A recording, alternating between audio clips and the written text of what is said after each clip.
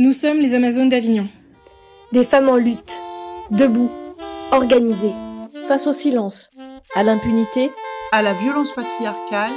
Nous avons choisi la sororité, l'action, la parole. Pendant tout le procès Pellico, nous étions là. Présente, solidaire, offensive. Ce combat nous a renforcés. Les résistances auxquelles nous nous sommes heurtés nous ont prouvé que nous allions dans la bonne direction. Ce podcast est notre récit. Celui d'une mobilisation féministe, collective, acharnée. Celui d'une alliance entre femmes pour soutenir l'une des nôtres. Car soutenir une femme, c'est soutenir chaque femme. Nous voulons raconter ce que d'autres veulent effacer. Nos colères, nos stratégies et nos victoires. Nous sommes des militantes. Nous sommes des combattantes. Nous sommes des sœurs. Nous sommes les Amazones d'Avignon. Et ceci est notre histoire. Bonjour à toutes. Aujourd'hui, nous allons interviewer Lilou qui va nous raconter son expérience des Amazones d'Avignon. Ça a beau être la plus jeune, c'est aussi une des plus aguerries. Et l'entretien sera réalisé avec ses comparses les plus fréquentes, c'est-à-dire moi-même, Blandine et Valentine. Oui, je suis là. Voilà. Alors, on est super contente de pouvoir parler avec toi, Lilou, parce que souvent, quand il y a des collages où on doit être 3 ou 4, ben c'est nous. Hein, puis après, on rajoutera souvent Aïssata, mais c'est comme ça que ça se fonctionne. Tu vas nous raconter un peu ton parcours. Est-ce que tu peux commencer par te présenter ? Bonjour à toutes, je m'appelle Lilou, j'ai 21 ans. J'ai rejoint les Amazones d'Avignon et j'ai commencé à militer en 2020, il y a 5 ans. Donc c'était quand j'avais 16 ans, j'étais encore mineure. Et c'est justement par Blandine, ici présente, que j'ai fait mes premiers collages, que j'ai découvert ce groupe-là des Amazones d'Avignon et toutes les actions et les collages qu'elles avaient commencé à faire et leurs valeurs, les réflexions qu'elles avaient. Donc c'était assez, pour moi, incroyable et hyper enrichissant de rentrer dans un groupe et de découvrir des femmes qui pensaient sur certains sujets comme moi ou qui pensaient des sujets que j'avais pas pensé par rapport au féminisme, qui m'avaient pas forcément traversé l'esprit mais sur lesquels j'avais envie de réfléchir. Et depuis, je les ai pas quittés. Et on est trop contents. Oui. Voilà. Et je viens d'Avignon. Et maintenant, je suis étudiante à Paris depuis 3 ans. Mais je reviens régulièrement mener aussi des actions et des collages avec les Amazones d'Avignon. Même en général, on s'arrange pour les grosses actions pour calculer en fonction de la présence de Lilou, qui est une incontournable de notre groupe. On le dit comment on s'est connus ? Oui. Vas-y, dis-le.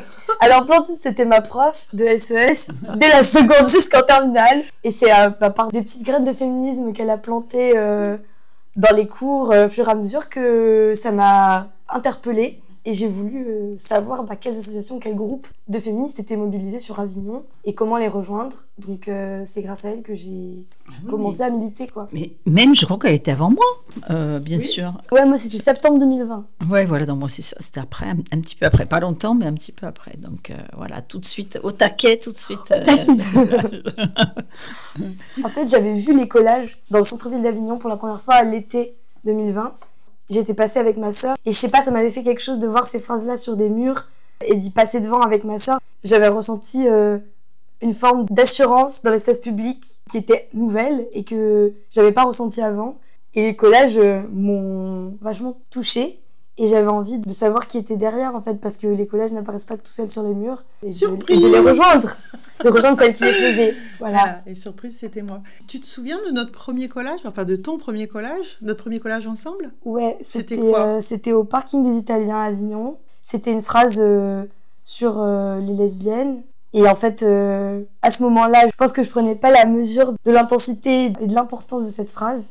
Mais finalement, je pense que c'est un bon clin d'œil aussi d'avoir commencé à coller cette phrase-là. Oui, avec le au tout début. Ouais. Avec des femmes aussi que j'ai continué à côtoyer, avec qui j'ai partagé aussi les années qui ont suivi. Et à la suite de ce collage, on a collé aussi contre le porno, question à laquelle j'avais pas du tout réfléchi. Donc c'était aussi, cette session collage, une manière de mettre les 2 pieds dans l'abolitionnisme sans avoir au préalable élaboré de pensée. Et je pense que ça m'a aussi fait du bien de faire du concret, puis après d'avoir des débats avec les militantes pour savoir qu'est-ce qu'elles en pensaient, confronter des idées. C'était quelque chose dont j'avais aussi besoin à ce moment-là et que je trouvais dans les cours, dans des discussions avec des amis, mais qui là étaient spécifiquement centrés sur les femmes. Et ouais, les collages ont permis en fait des tas et des tas de réflexions après et des liens avec d'autres sujets féministes parce qu'en fait, la lutte est globale et systémique, puisque l'oppression est systémique. C'est presque émouvant d'entendre ça. C'est vrai, 5 ans, c'est une bonne période pour faire un bilan. Et du coup, tu te définis comment en termes de féminisme ? Je me reconnais dans les valeurs féministes radicales, donc je précise que c'est prendre l'oppression des femmes par les hommes à la racine, à savoir essayer de comprendre justement comment un système patriarcal organise l'oppression des femmes dans tous les domaines de la société. Et c'est aussi mes études en sociologie qui m'ont amenée à penser les choses de cette manière. Mais c'est vrai que la question abolitionniste fait partie intégrante et même est assez cruciale dans le féminisme radical. Et c'est un aspect qui m'implique et qui m'engage beaucoup. Au début, justement, je suivais un petit peu celles qui étaient plus aguerries, qui étaient déjà d'attaque pour dérouler un argumentaire défendant une position abolitionniste. Et moi, je me renseignais et je savais pas trop quoi en penser. Même si le sens que j'avais assez spontanément, même si c'est toujours construit socialement, mais assez spontanément, c'était de penser que aucune fille, aucune femme n'est à vendre. Ça m'a confortée dans cette idée-là et ça m'a permis d'avoir en fait une répartie et des éléments de compréhension du monde à travers ce prisme-là. Donc la lutte abolitionniste, ouais, pour moi c'est crucial. J'entends aussi bien sûr l'abolition de la gestation pour autrui qui fait grande polémique dans le mouvement féministe et moi je me disais je suis pas concernée, j'ai 16, 18 ans, bon qu'est-ce que j'en pense, enfin, on s'en fout un peu et en fait je me suis rendu compte que non parce que ça implique toutes les femmes et celles qui du coup militent en féminisme aussi pour moi ont pas une responsabilité mais en tout cas c'est intéressant de s'y pencher. Et ça fait partie intégrante de la lutte abolitionniste parce que si on refuse l'exploitation sexuelle, on refuse aussi l'exploitation reproductive des femmes et l'achat d'enfants. Donc c'est intimement lié. Je pense que tu te définis aussi comme enfantiste. Oui. Tu peux définir ? Enfantiste, c'est un terme que Tiffany a inventé pour qualifier la lutte pour les droits des enfants et contre les violences pédocriminelles. Et pour moi, c'est important de le dire aussi comme ça parce qu'il y a une imbrication entre les violences misopèdes, donc de haine des enfants, et misogynes, de haine des femmes, parce qu'on voit que les principales victimes, par exemple, de la prostitution, en fait, c'est des filles mineures. Donc on voit le rapport sexe et âge qui est complètement lié.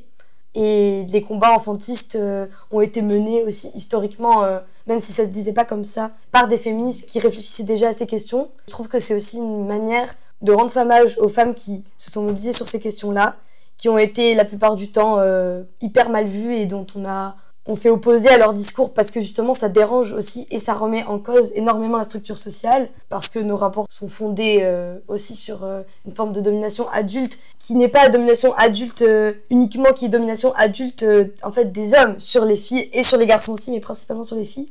Donc ce prisme-là enfantiste et féministe, pour moi il est absolument nécessaire.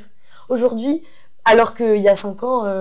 je nommais pas les choses de cette manière-là et j'en avais pas conscience de cette manière. Donc c'est au fur et à mesure aussi des années de militantisme que j'aboutis à ces réflexions. Oui, en même temps, il y a 5 ans, t'avais 16 ans. Hein. Ouais. Voilà. On va pas t'en vouloir. Non. Mais ouais, c'est vraiment un processus, quoi. Tu nous as dit ton rapport au féminisme, mais est-ce que tu te souviens comment tu as entendu parler, ou quand tu as entendu parler, ou la première fois, ou les premières fois que tu as entendu parler de l'affaire Pellico et de Mazan, on disait Mazan, enfin de ce qui se passait là-bas? C'est vrai que la première fois, je crois que c'était dans un article d'un journal local qui a été partagé justement sur un des groupes WhatsApp féministes et c'est comme ça que j'ai su qu'il y aurait ce procès-là. Qu'est-ce que tu as ressenti au début, voilà? Qu'est-ce que ça t'a fait? Au début, j'étais sidérée, choquée parce que j'avais conscience de l'ampleur des violences masculines et du fait qu'elles soient systémiques. Mais c'est vrai que Mazan, c'est juste à côté. Enfin, ça a provoqué quelque chose de... C'est juste là. En fait, c'est juste là. Enfin... comme le reste, mais c'est tellement massif, c'était tellement sous nos yeux pendant 10 ans, voire plus. Enfin, moi, ça m'a choquée de l'apprendre, enfin, que ça se soit passé dans une telle impunité, qu'on l'apprenne 10 ans après, c'était sidérant. Et c'était nos voisins, quoi. Et c'était nos voisins. On les croisait, on pouvait très bien les croiser dans la rue. Au magasin, dans les écoles, dans les bibliothèques... dans les cinémas, enfin partout, quoi. Ça, c'est vraiment un truc qu'on a du mal à imaginer, mais ils étaient vraiment complètement insérés socialement. C'est pas du tout des... Oui. C'est pas écrit dessus, quoi. Ouais, et puis surtout, oui, cette chose aussi du mythe du profil de violeur, enfin du profil type de violeur, que j'avais commencé à bien remettre en question, enfin qui était pour moi complètement aberrante, mais qui a vraiment appuyer là-dessus pour dire, déjà, ils sont partout, ils sont complètement insérés socialement, et en plus, ils ont toutes les origines sociales, tous les statuts professionnels, ils viennent de partout.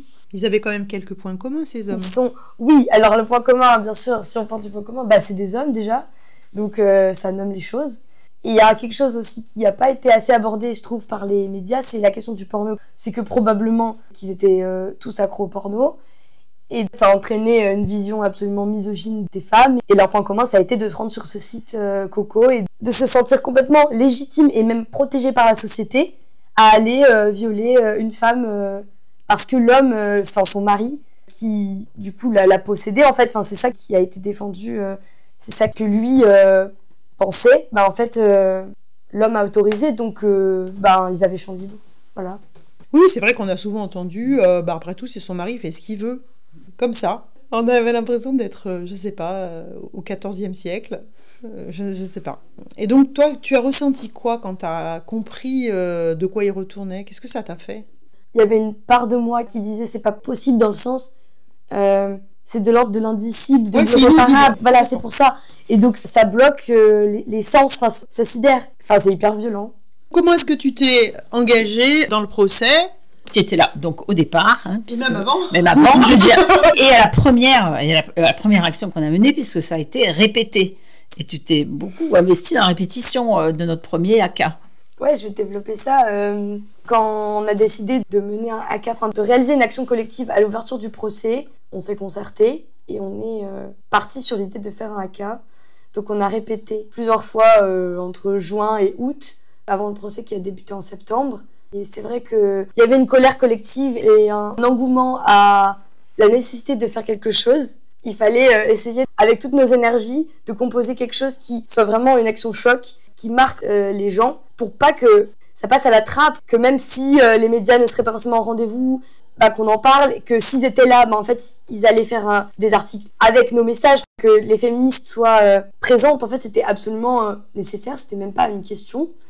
Et après, il était question de comment on fait pour que ça soit le plus efficace, que ça traduise notre colère, notre détermination à soutenir Gisèle et notre sororité.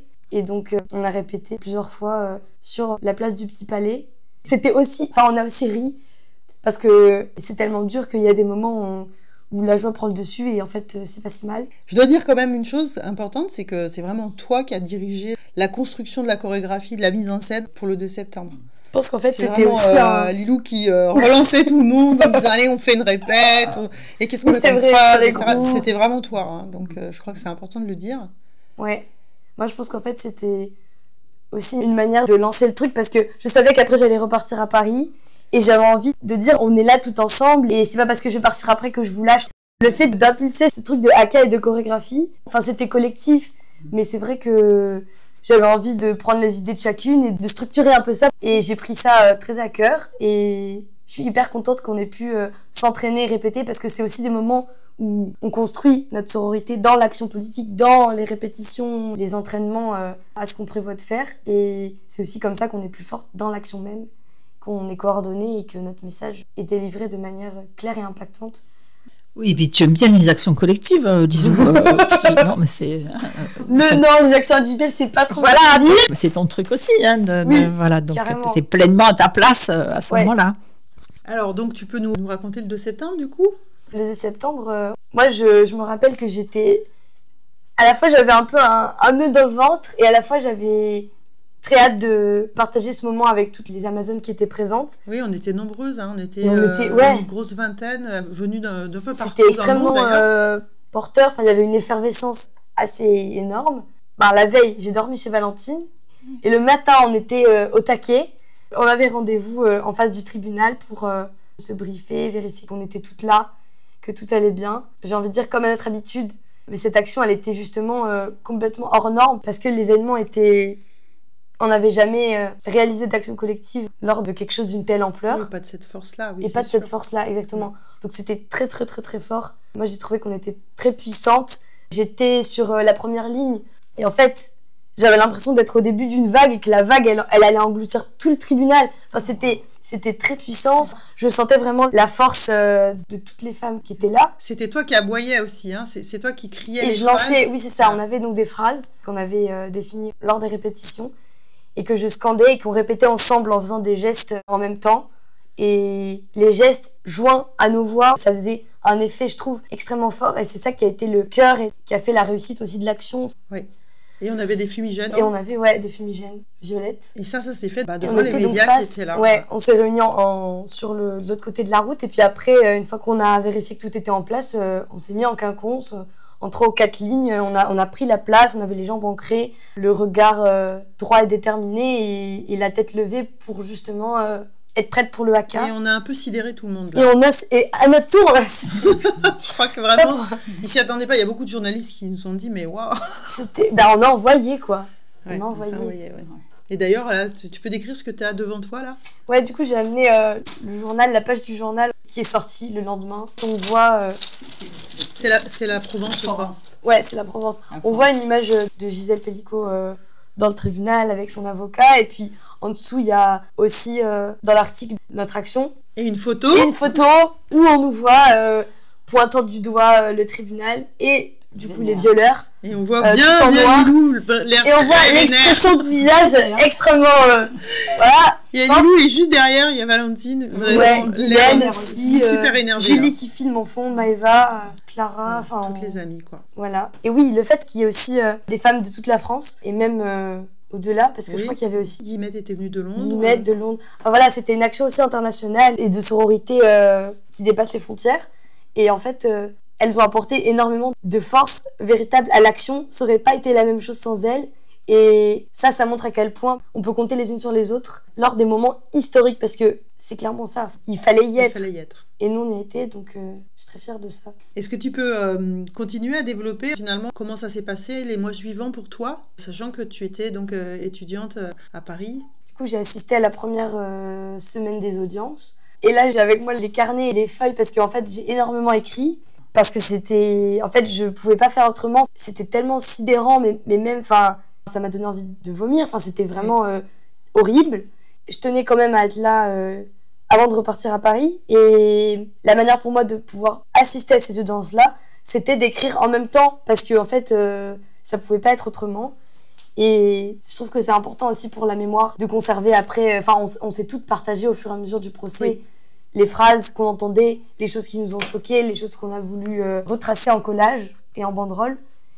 Donc la première semaine a été extrêmement dure. Et ensuite, je suis retournée à Paris. Et en fait, pas un des jours avant octobre, quand je suis revenue à Avignon, pas un des jours, j'ai pas regardé le groupe sur lequel vous écriviez tout ce qui se passait, où il y avait des partages d'articles, de témoignages de femmes, des ex-compagnes qui nous demandaient du soutien. Puis les décisions d'action aussi, puisque les décisions d'action au fur et à mesure, les collages début octobre pour soutenir la demande de huis clos par Gisèle Pelicot qui a été acceptée, qui a été... De levée de huis clos. De levée de huis clos, oui. Si on devait retenir un truc, c'était vraiment ça qui était hyper important et qui montre que Gisèle est une véritable génie parce que après, nous, on a poursuivi ça on va coller les phrases en fait des violeurs et des avocats et sur les murs et des messages de soutien à Gisèle. On n'aurait pas pu faire ça justement si on n'avait pas pu assister aux audiences, si on n'avait pas pu être... C'est elle qui a rendu ça là possible. Aussi, et c'est ça. Et le fait d'être dans une salle pas très loin et de savoir que justement les violeurs étaient dans la même salle qu'elle et qu'en fait, ça fait vriller, mais de savoir que nous on pouvait aussi être là en assistant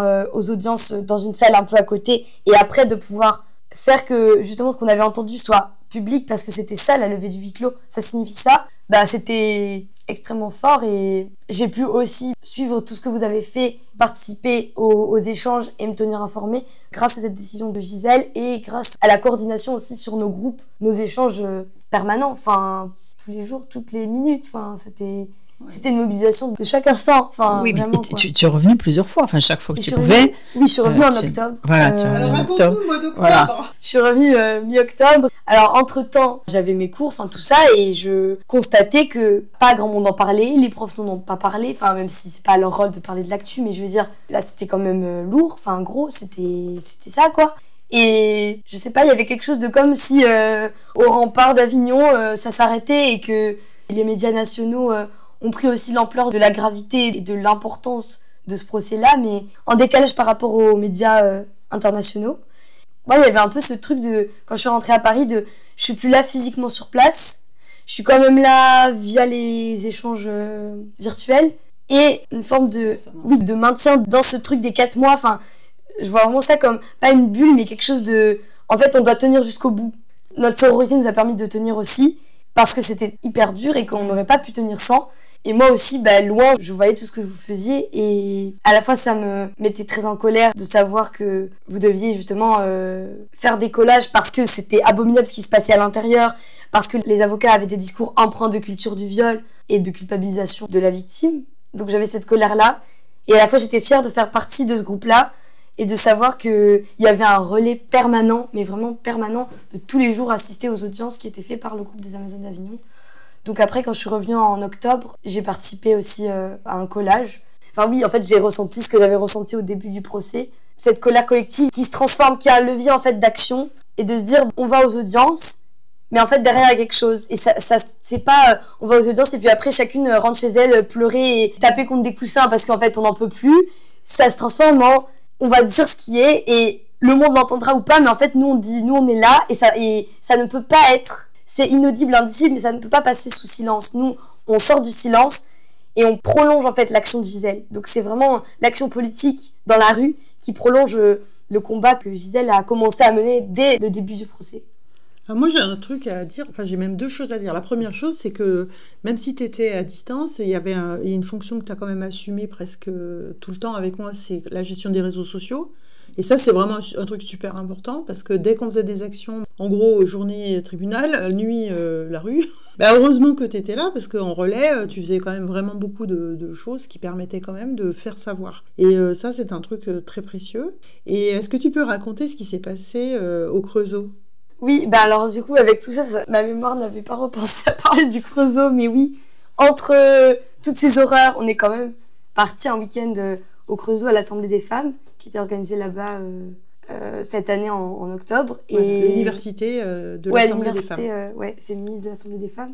C'était absolument génial de partager ce moment-là de sororité et de joie et de ressources. Enfin, ça m'a redonné du souffle, enfin littéralement du souffle, parce que c'était abominable, épouvantable, et que là, on avait des femmes de toute la France, notamment Laurence Rossignol, qui fait partie aussi des organisatrices, et plein de femmes expertes dans leur sujet qui étaient passionnantes, et avec qui on a pu échanger, qu'on a pu écouter pendant ce week-end-là, qui a été comme une parenthèse aussi dans l'horreur, même si on a entendu aussi des choses mais difficiles. Il s'est passé aussi un truc le et samedi on soir. a eu, voilà, j'y viens, on était là où on logeait, dans notre chambre, et en fait on reçoit sur les réseaux sociaux, sur Instagram. C'est là que je voulais en venir, parce que comme c'est toi et moi et Valentine, on consulte les réseaux sociaux parce qu'on les consultait tout le temps. Il y avait énormément de messages. Il y a un message, on voit une story, on voit un compte de féministes radicales de Barcelone, d'Espagne, qui nous écrivent qu'elles vont venir, enfin qu'elles ont...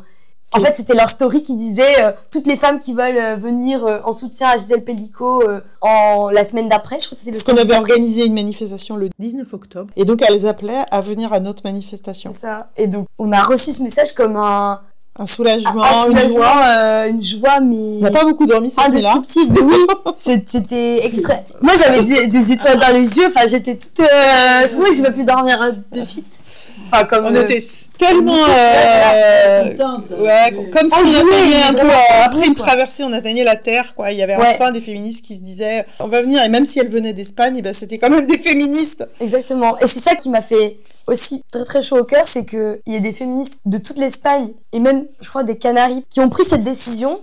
Oui, en fait, on va aller soutenir les féministes d'Avignon et Gisèle à Avignon, même si on est dans un autre pays sur la terre. Enfin, même si on doit dormir même si on doit louer un bus. Et elles sont venues à je sais plus combien. Alors sur la première manifestation le 18 octobre, elles étaient une dizaine, je pense. C'est hyper fort. Quel que soit le nombre, c'est hyper fort qu'elles soient venues.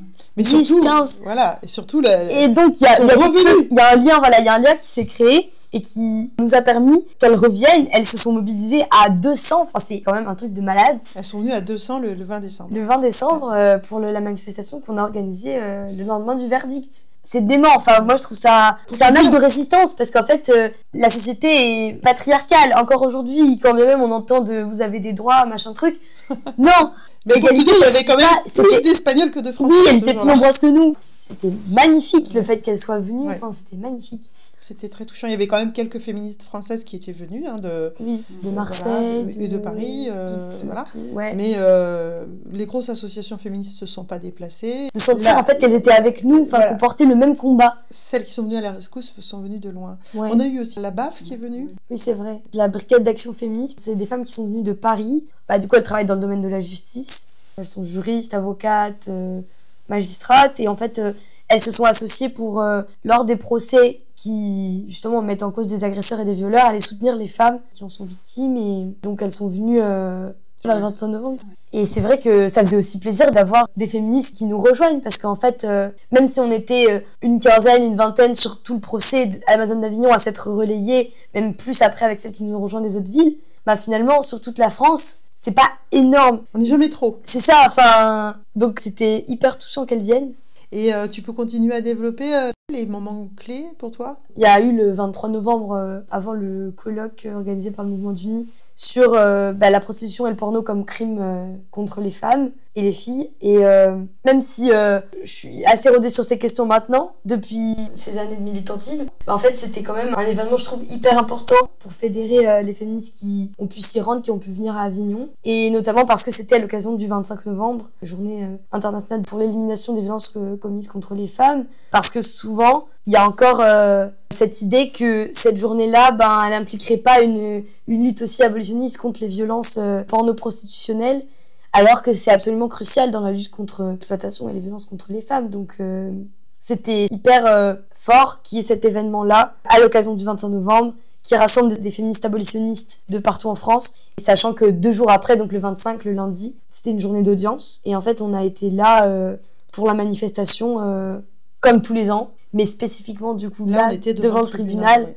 C'était vraiment très très fort. Et c'était une des plus grandes manifestations que moi j'ai vécues en tout cas, et qui était extrêmement magistrale. Par contre, ouais. C'était très émouvant parce que en même temps on était nous et puis il y en avait d'autres aussi qui ont rejoint le groupe, et avec des prises de parole, etc. aussi. Donc ça a été très très fort là devant le tribunal. C'est vrai qu'en fait ces femmes-là qui prennent la rue, qui prennent l'espace public et qui se rassemblent en fait en cercle autour de chacune qui prend la parole à son tour. Avec ce procès-là, c'était très en lien et c'était très pertinent de faire les choses comme ça.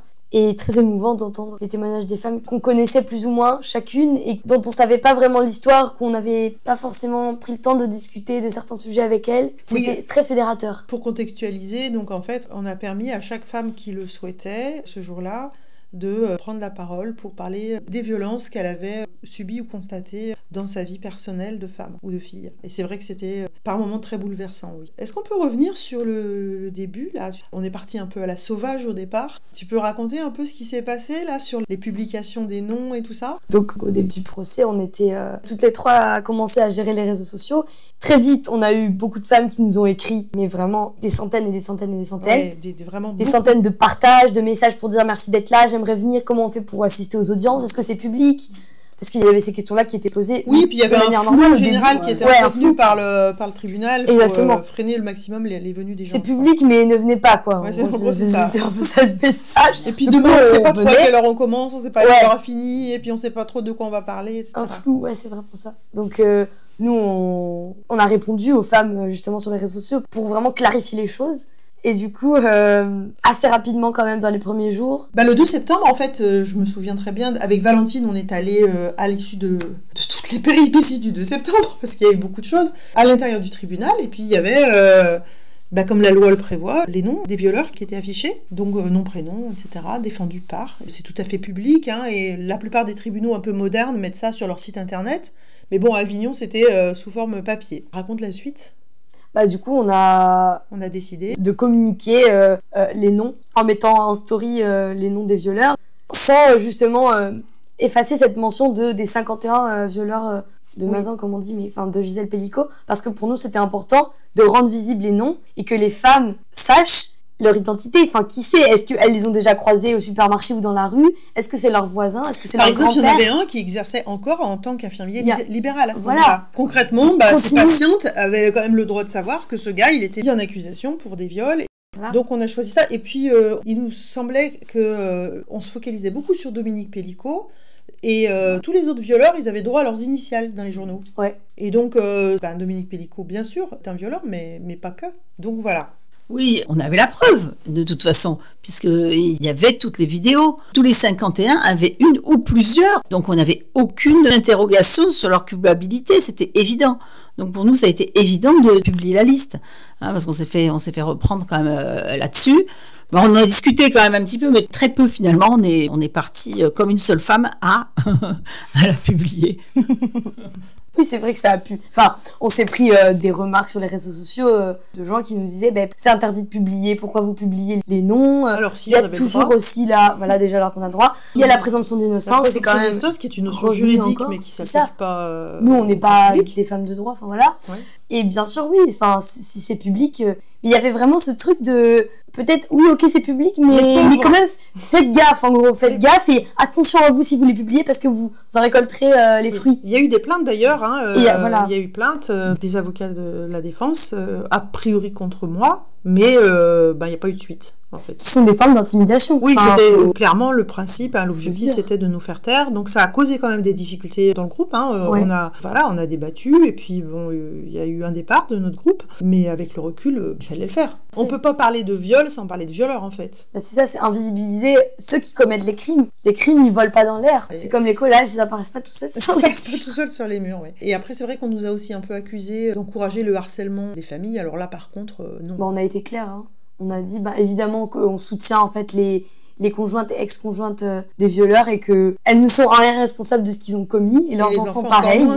Les enfants, encore moins, c'est le pompon, quoi. Donc, qui sont des co-victimes, en fait. Ouais, exactement, c'est des co-victimes. Et donc, en publiant les noms des violeurs, on ne cherche évidemment pas à s'attaquer à leurs femmes, et à leurs enfants et à leurs familles. Oui, complètement. Puis en plus, il y avait aussi, au moment du début du procès, il y a eu tout un moment un peu nauséabond où il y avait des sous-entendus sur le fait que c'était des étrangers, en fait. Et non, pas plus que la moyenne. Il y en avait, mais il n'y en avait pas que, il y avait de tout. Les prénoms et les noms sont très clairs sur l'origine très variée des personnes qui ont en commun d'être des hommes. Et oui, puis il y avait aussi quand même pas mal de familles de femmes et d'enfants qui avaient quitté leur mari, divorcé, et en tout cas c'était séparé, c'était l'énorme majorité. Donc ces femmes-là, où elles avaient repris leur nom d'avant, ou c'était des noms qui étaient communs, et elles l'avaient gardé. Il n'y avait aucune raison qu'elles soient attaquées. Voilà. Donc pour nous, ça n'a pas posé de soucis, surtout qu'il y en a qui sont venus nous demander de l'aide aussi. Donc voilà, on les a aussi soutenus et accompagnés. Alors, on avance un petit peu. Est-ce que tu veux parler maintenant de la fin du procès ? Parce que là, toi, tu étais toujours étudiante. Enfin, c'était dur à la fois d'être concentrée sur les cours et tout ça comme les autres années. Parce qu'en fait, on peut pas faire abstraction. Enfin, en tout cas, j'ai pas pu faire abstraction, même quand j'étais pas sur Avignon, de toute l'horreur qui continuait à être détaillée et expliquée pendant tout ce procès. Et c'est pas parce que je suis rentrée à Paris et que je suis revenue et que ça a fait des interruptions, mais en fait, c'était en permanence c'était assez dans envahissant. Ma tête. C'était envahissant, exactement. Je pensais pas que ce serait aussi envahissant, d'ailleurs. Et le 25 novembre, après, je suis rentrée sur Paris. Et en fait, parallèlement, si je fais un petit retour en arrière à septembre, après la première semaine d'audience, quand je suis remontée à Paris pour ma rentrée, je suis allée le samedi 14 septembre à la manifestation en soutien à Gisèle Pellicot qui avait lieu place de la République à Paris. Et donc là-bas, j'étais avec plusieurs copines féministes. Et l'une d'entre elles me présente une chorégraphe, Aurélia Jarry, qui donc avait entendu bien sûr parler du procès. Et en fait, on commence à parler justement, enfin, je découvre son approche de la danse, ses cours. On discute aussi beaucoup. Je lui raconte les horreurs que j'ai entendues et ce que vous dites aussi sur les groupes, tout ce qu'on entend et qui nous révolte. Et en fait, de fil en aiguille, elle me dit, et de manière aussi assez en réaction à ça, il faut faire quelque chose. Donc il faut faire quelque chose, elle en tant que chorégraphe, et moi aussi quelque chose d'autre, en plus, de différent que l'activisme, et qui est complètement complémentaire. Parce que les artistes sont aussi en transgression, et lors de quelque chose d'aussi marquant, d'aussi important dans la société, à une époque, si les artistes ne sont pas là aussi, ça dit quelque chose du pays dans lequel se produit cet événement. Et je pense aussi que tu étais en manque de faire, du coup, puisque tu voyais les choses et que tu ne pouvais pas faire avec nous. Oui, donc c'est très frustrant, aussi, ça. Ouais. J'imagine, enfin, j'essaie de me mettre à ta place. Je me dis, mais elles sont là-bas, elles font, et moi, je suis là. Voilà. C'était très envahissant, ouais. J'avais beaucoup et donc, peut-être ouais. de faire, de partir dans ces chorégraphies, là, tu faisais physiquement. C'était physique, voilà, exactement. Concret, voilà. Oui. Parce que moi, c'est ça qui m'aurait manqué. Je pense que c'est ça qui m'aurait manqué, quoi, de pas pouvoir faire, d'être au courant, oui, mais de pas pouvoir faire. C'est une femme d'action. C'est carrément juste. Suite à tout ça, en fait, de notre rencontre est née la nécessité de faire une action chorégraphique, et on le nomme comme ça parce que justement c'est pas un spectacle ou une pièce, c'est vraiment une action chorégraphique à la fin du procès pour apporter aussi de la beauté et quelque chose qui permette de clore 4 mois d'horreur épouvantables et de dire merci et brava aussi à toutes celles qui ont été là pendant les 4 mois, toutes celles qui, y compris les Espagnols, sont venues à l'issue du procès quand il y a eu le verdict. Donc c'est... Aurélia le dit en ces termes, c'est sa rencontre avec moi aussi qui lui a donné la légitimité de proposer quelque chose d'artistique à la fin du procès. Parce que sinon, une meuf qui débarque de Paris, qui est personne, qu'est-ce qu'elle vient faire là? Enfin, voilà. Donc, c'était aussi une forme d'action qui est née d'une rencontre sorore par une copine féministe. Donc, en fait, tout est lié. Donc, bref, vous êtes venus danser. On est venus danser. Et finalement, c'était après la manifestation féministe, donc le 20 décembre. On est arrivé le 18, donc en fait on a participé au dernier collage qu'on a fait. Dernier collage.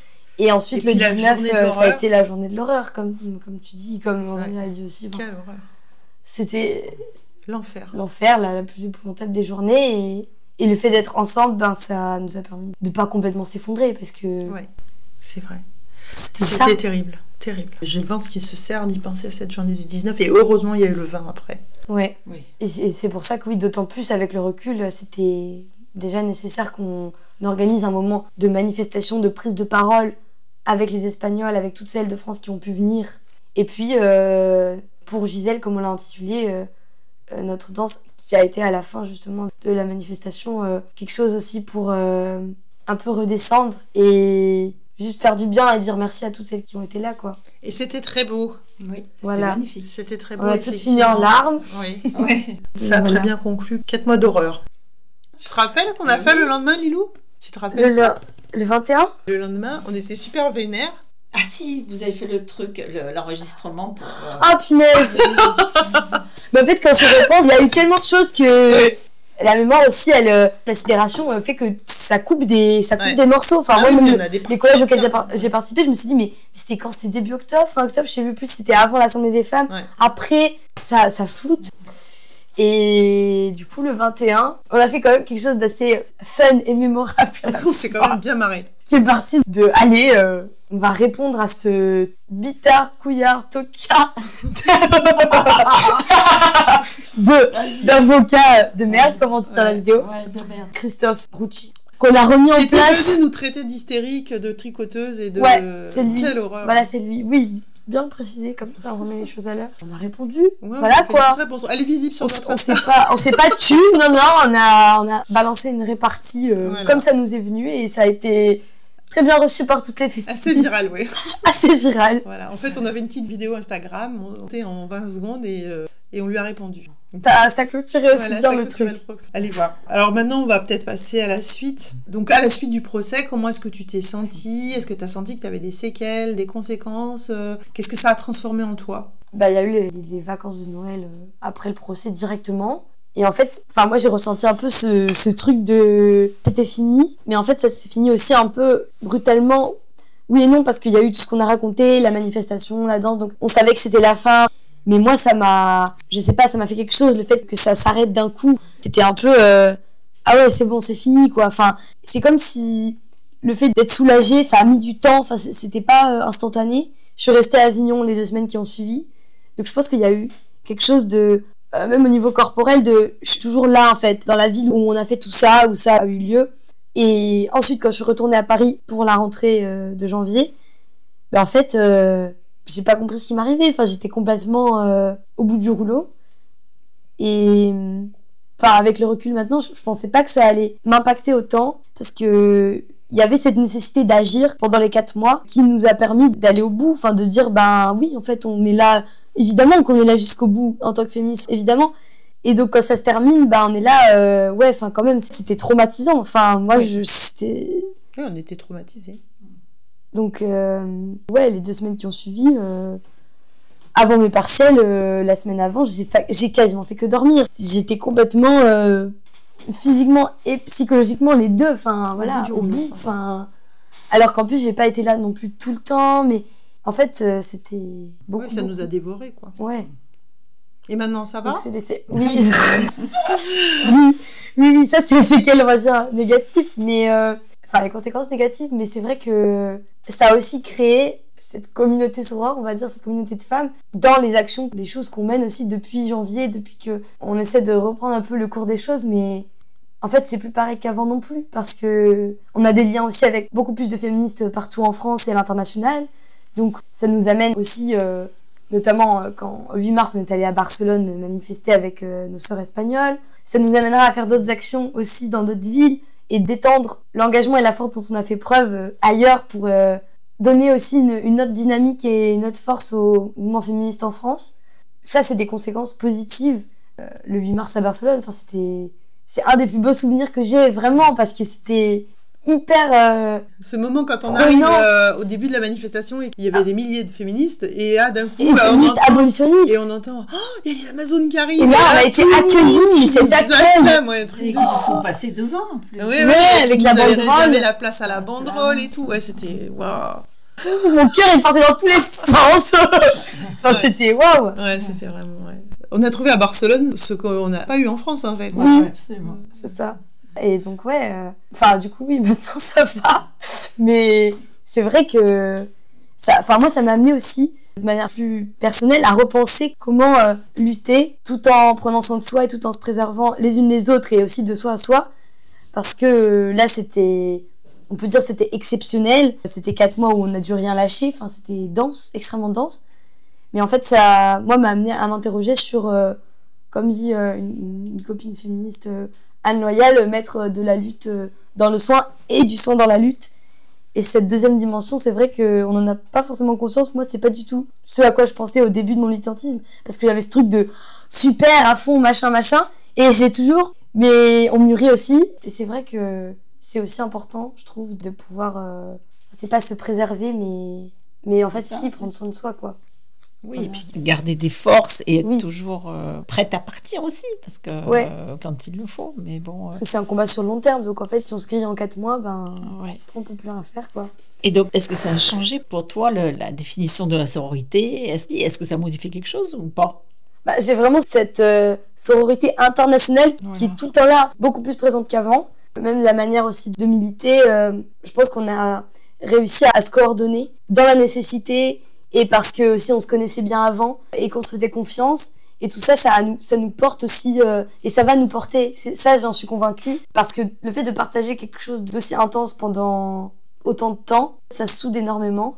Et je pense qu'aussi individuellement, ça nous a chacune renforcé dans notre féminisme. Et moi, j'étais déjà convaincue de la nécessité de notre lutte, bien sûr. Mais du coup, repenser quelles actions pour être le plus efficace, pour porter nos messages vraiment au plus grand nombre de femmes, en fait. Parce qu'il y a aussi ça par rapport aux réseaux sociaux, je reviens là-dessus, des femmes qui n'étaient pas du tout sensibilisées au féminisme et qui nous ont écrit pour nous dire, je pensais pas que ça pouvait être n'importe quel homme près de chez nous qui pouvait en fait potentiellement être un violeur, et merci pour ce que vous faites, et je trouve ça révoltant, ou qui nous racontent des violences qu'elles ont subies aussi. Voilà, c'est pas non plus évident, mais ça a fait comme une onde de choc dans la société. Et il y a beaucoup de personnes, et notamment de femmes, qui sont, je pense, féministes alors qu'elles n'étaient pas forcément avant. Ça, j'en suis aussi heureuse. Oui, ça a sûrement déclenché beaucoup de choses chez beaucoup de femmes, certainement. Et peut-être chez des hommes, hein. Sait-on jamais. Sait-on jamais. Est-ce que tu peux nous parler maintenant de ce qui s'est passé pour toi sur le plan médiatique au niveau du procès ? Donc tu nous as parlé du premier article du premier journal, effectivement on voit ta trombine et tu fais peur. Raconte un peu comment toi tu as pris part et puis ce que tu as pensé du traitement médiatique du procès. Je sais plus exactement quand c'était, mais un peu avant le 25 novembre, j'ai commencé à échanger avec une journaliste de Public Sénat qui du coup a décidé en fait de montrer comment les activistes de ce procès du soutien à Gisèle se mobilisaient, et donc qui à travers moi du coup a essayé de mettre en lumière nos actions. Donc Au 25 novembre, j'avais un micro un peu partout où je me déplaçais et en fait, elle nous a suivis pendant des collages, puis après pendant le rassemblement et ensuite aussi le jour du verdict, le 19 décembre, parce que moi, entre-temps, je suis pas revenue sur Avignon. Et elle m'a également interviewée à 2 reprises sur aussi moi d'où je venais, enfin quel était mon engagement féministe, comment j'en étais venue à me mobiliser autant, pourquoi. Et elle m'a posé spécifiquement des questions après en fonction de ce qui était abordé pendant les audiences en réaction à ça. Donc c'est vrai que moi ça m'a donné aussi un espace pour porter, comme nombreuses l'ont fait des Amazones d'Avignon, les messages et les éléments de langage qu'on avait décidé ensemble de porter aux médias pour que ça soit entendu le plus largement possible. Donc il y a des choses qui ont pas forcément été retenues, notamment la question du porno, encore une fois.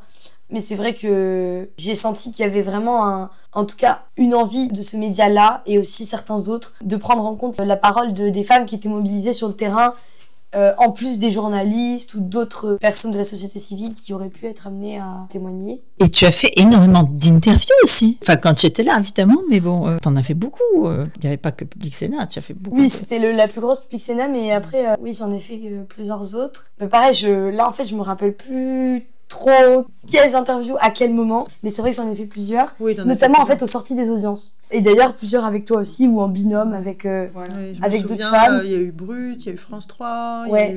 Il y en a eu tout un tas. Ouais. Puis tu as eu France Culture aussi, que tu as fait en visio, je crois. C'était BFM TV Marseille. BFM TV oui, aussi. ça c'était le... Non, mais ça, t'as fait France Culture, rappelle-toi, tu t'en souviens pas? Ah non? Oui, mais c'est vrai? Quoi? Si, il y a eu une émission. Bon, je pense qu'il y a des blackouts. Comme je sais que moi je dispatchais beaucoup, je me souviens pas de tout, mais je me souviens quand même d'en avoir envoyé un paquet, ouais. Ouais, il y a eu BFM TV aussi. C'était à distance et c'était le matin du 20. Oui, parce qu'après on allait à la manif. Ah oui, matin du 20. Moi, j'ai fait le matin du 19. Matin du 20. Ah, mais entre le 19 et le 20, c'était... Le 19, il m'avait convoqué genre à 6h du matin. Ouais. Ah, mais c'est des dingues, hein. Oui. Bref. Donc, ouais, moi aussi, c'était le matin du 20 décembre. Et en fait, cette interview-là, après, comme beaucoup d'autres, elles ont un peu circulé partout. Oui. On retrouve les images dans plein d'autres émissions, ouais, en fait. Et du coup, ça a un impact aussi... par rapport à ma famille, bon, c'est un peu plus perso, mais... Il y a des gens de ma famille à qui j'ai partagé ça, qui n'étaient pas du tout féministes et tout ça, qui avaient bien sûr entendu parler du procès, mais sans plus, qui m'ont dit bravo, avec vraiment une forme de soutien que j'aurais pas pensé être avant ce partage-là, en tout cas, de ça. Et puis après, de photos de nos actions, j'ai enchaîné en disant on a fait ça. Et chacune, en fait, individuellement, on a aussi pu le partager à des gens qui n'étaient pas forcément sensibles au féminisme et qui ont pu prendre conscience de l'ampleur des violences masculines et de la banalisation de la culture du viol via ces interviews-là. C'est le principe des médias, en fait. Donc, en fait, oui, bien sûr. Toucher le grand public. Oui, à la fois le grand public qu'on ne connaît pas et à la fois des proches aussi. Des gens aussi. qu'on connaît mais qui nous découvrent autrement. Ben, c'est ça, ouais. voilà. Donc, c'est aussi un aspect, c'est aussi un aspect des médias. Bah écoute, maintenant j'ai envie de te dire, tu peux dire ce que tu veux, vas-y, adresse-toi aux femmes qui écoutent et aux filles peut-être. Bah, j'ai envie de dire à tous celles qui nous écoutent que la lutte féministe est difficile parce qu'en fait on est dans la résistance et que ça ne va pas de soi et que c'est vraiment une résistance à l'ordre établi. Et ce procès il a pu nous montrer que quand des femmes ont confiance les unes dans les autres, se coordonnent pour mener des actions pour les femmes, bah en fait ça marche, il y a quelque chose qui prend, il y a une ampleur qui peut se dégager et on arrive à faire passer des messages qu'on n'arriverait pas à faire passer seuls, qui sont extrêmement puissants et qui nous permettent à la fois aussi de mieux nous connaître, de porter nos messages à l'international, ça c'est quand même aussi une dimension majeure je trouve, et de créer des liens avec des féministes qu'on n'aurait peut-être pas rencontrées, on n'aurait pas forcément pris la peine de les rencontrer, elles ne seraient pas venues, nous on serait pas venus après aussi. Il y a vraiment cet échange-là de sororité dans l'action politique qui peut-être aussi, je me dis, fait partie des prémices aussi, peut-être pas d'un nouveau mouvement féministe, mais de quelque chose qui franchit une étape, parce que c'est vrai que c'est extrêmement dur, j'en parlais avec plusieurs copines de Paris, ouais, d'avoir un mouvement féministe international, enfin même, il y a peu d'organisations qui prennent en compte ça et qui s'organisent activement, parce qu'en fait, oui, c'est dur, enfin on peut pas être partout, on parle pas forcément toutes les mêmes langues, enfin voilà, il y a plein d'obstacles, mais ce procès-là, il nous a permis de dire oui, en fait c'est possible. Et ça, je trouve que c'est extrêmement puissant. Et aussi pour toutes les plus jeunes filles qui nous écoutent, ben voilà, à 16 ans, on peut démarrer et à 21 ans, on peut être toujours à fond, même s'il y a des moments plus durs et des moments plus en joie. Mais en fait, c'est extrêmement riche et c'est aussi comme ça qu'on grandit. Donc, toutes celles qui doutent ou qui hésitent, quand c'est votre moment, lancez-vous. Et si vous rejoignez un groupe féministe dans lequel vous êtes à l'aise et que vous pouvez proposer des choses et que vous sentez que ça va dans le bon sens, allez-y, quoi. De toute façon, la place des féministes, c'est partout. C'est partout, voilà. Vous avez écouté Les Voix des Amazones d'Avignon, Justice pour Gisèle, Justice pour toutes. Notre voix pour la mémoire des luttes, notre sororité comme arme, notre force contre le patriarcat. Nous n'avons rien cédé et nous ne céderons rien. À bientôt pour un prochain épisode.